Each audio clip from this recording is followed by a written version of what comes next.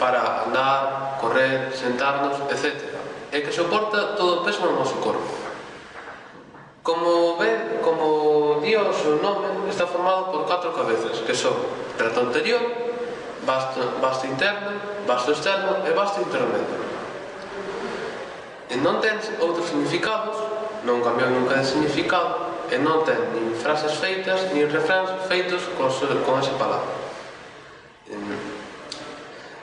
Está formado polo prefixo quadri, que significa 4 ou que repítese 4 veces, e o sufixo ceps, que significa céfalo, que significa cabeza.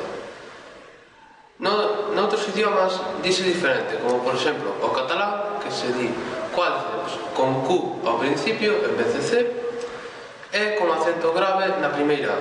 Ou en portugués, que dice quádriceps con acento na A, na primeira A.